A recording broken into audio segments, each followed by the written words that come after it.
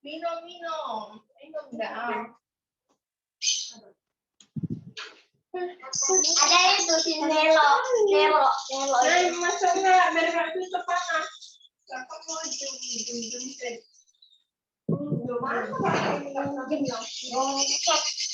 Pulang bapak. Bapak ngapain? Sadek, kakak mau jum.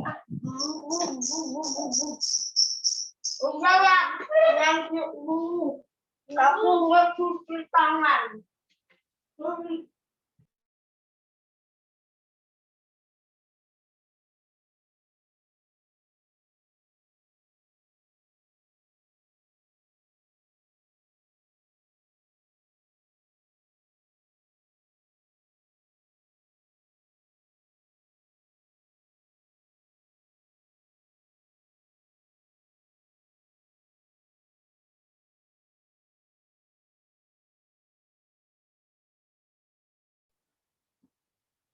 Oh ya, di off kan ya.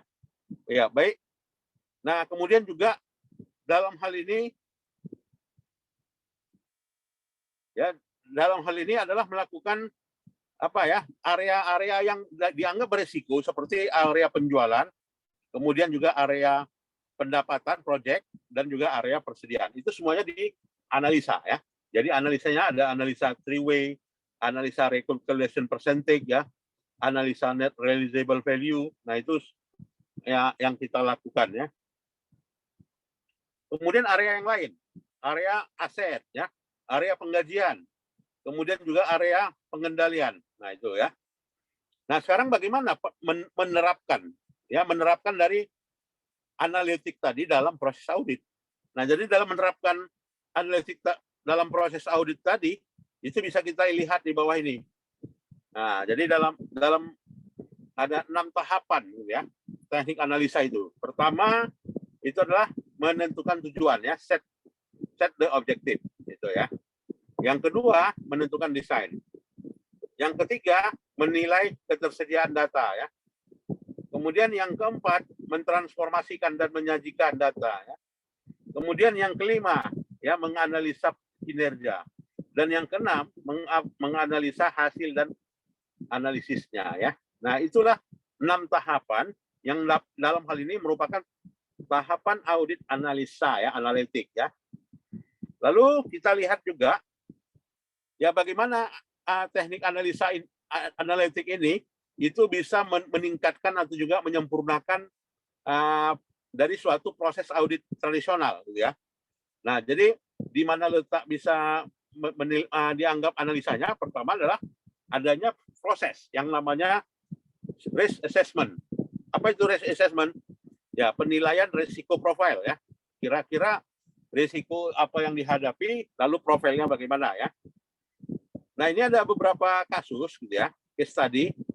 Di antaranya terkait dengan ya audit ya atas pendidikan Institut Pendidikan Anak Usia Dini ya, atau disebut dengan Childhood Education Institute, di mana auditor menilai dan juga menentukan ya bahwasanya dari jumlah pengeluaran operasi itu secara material berdampak kemana? Ke neraca gitu ya. Dan diproses untuk yang dalam hal ini prosedur auditnya yang meliputi adalah menentukan penyajian atas perkiraan-perkiraan dari yang namanya expenditure account tadi gitu ya. Nah, maka dalam hal ini prosedurnya yang dilakukan secara sistem itu adalah yang pertama apa dicari? Ya, yang dicari itu adalah purchase order ya. Dari purchase order ditelusuri kemana?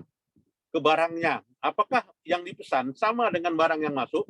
Ya, maka di sini good service receipt ya, post upon receipt good and service gitu ya. Dan sampailah kepada buktinya. Nah, jadi dari tiga itu, ini merupakan proses yang ada pada sistem pengadaan ya. Itu ya. Mungkin ada yang mau bertanya, berdiskusi, silakan ya, adik-adik sekalian. Nah, jadi berdasarkan pemahaman itu, auditor akan mengekspektasikan ya, di mana ada beban yang dicatat dan juga berkaitan dengan prosedur pengadaan dan juga dianalisa ya menggunakan desain yang namanya operasi beban pengeluaran gitu ya. Oke. Nah, berdasarkan data-data yang namanya purchase order tadi gitu ya. Nah, kalau purchase ordernya ada 2.000 dokumen gimana? Kalau purchase ordernya ada 5.000 dokumen bagaimana? Nah, maka dalam hal ini kita menggunakan yang namanya software. Nah, jadi dalam software itu menunjukkan ya pada step ya analisa menunjukkan 90% gitu kan.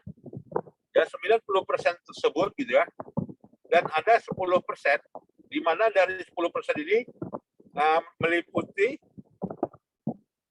ya ada pencatatan manual dan ada pencatatan secara sistem gitu ya. Nah, jadi yang menjadi pertanyaan kenapa bisa terjadi manual?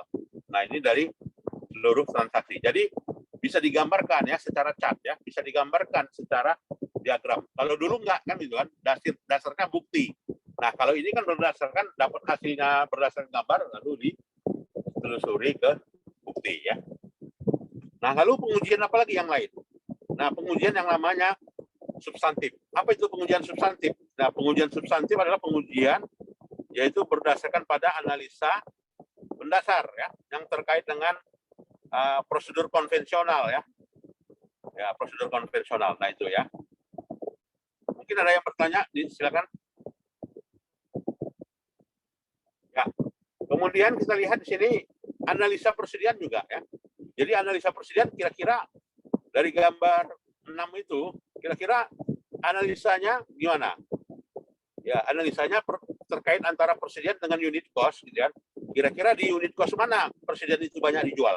Nah, ini kalau dari grafik persediaan dengan harga 3,5 ya. Nah, sedangkan persediaan yang harganya 2, nah itu cukup banyak. Nah, jadi majority dari penjualan itu terjadi pada harga 2. Nah, inilah yang dikatakan dengan teknik analitik ya, atau juga teknik analisa atas data ya. Jadi seluruh populasi juga seluruh sampel ya. Ya, kemudian kita lihat ya bagaimana prosedur atau juga menelusuri dari yang namanya menu siap parsial ya. Menu siap parsial apa itu? POS ya, point of sale. Jadi point of sale di situ berkaitan dengan terkait dengan uang masuk ya, cash report, kemudian juga credit card statement ya. Jadi dari buku besar ya, kemudian juga buku postingan harian dari point of sale dicek mana ke bank cash-nya ya, dan juga credit card statement-nya. Nah, itu ya. Dan dalam hal ini ada 5 kunci faktor ya. 5 kunci faktor dalam keberhasilan menerapkan yang namanya analytic in audit ini. Apa itu? Ya merubah mindset satu gitu ya. Jadi kalau mindsetnya mindset lama ya rubah. Ya, bagaimana mindset baru bisa diterima ya merubah mindset.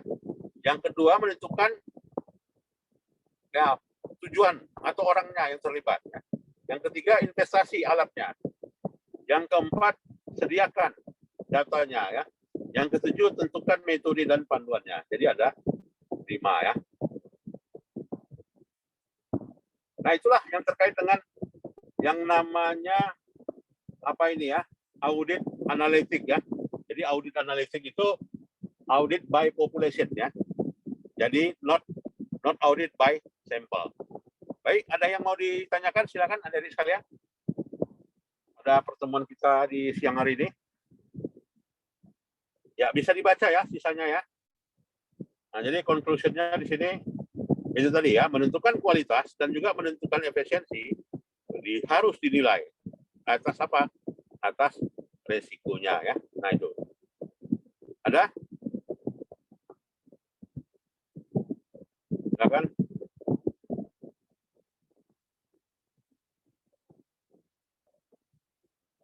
Ya, kalau tidak ada, saya kira itu sajalah ya perkuliahan kita di siang hari ini. Nanti absennya tolong di-share ke saya ya. Berapa orang yang hadir, yang pakai laptop tolong di-print screen-kan ya. Baik, selamat siang.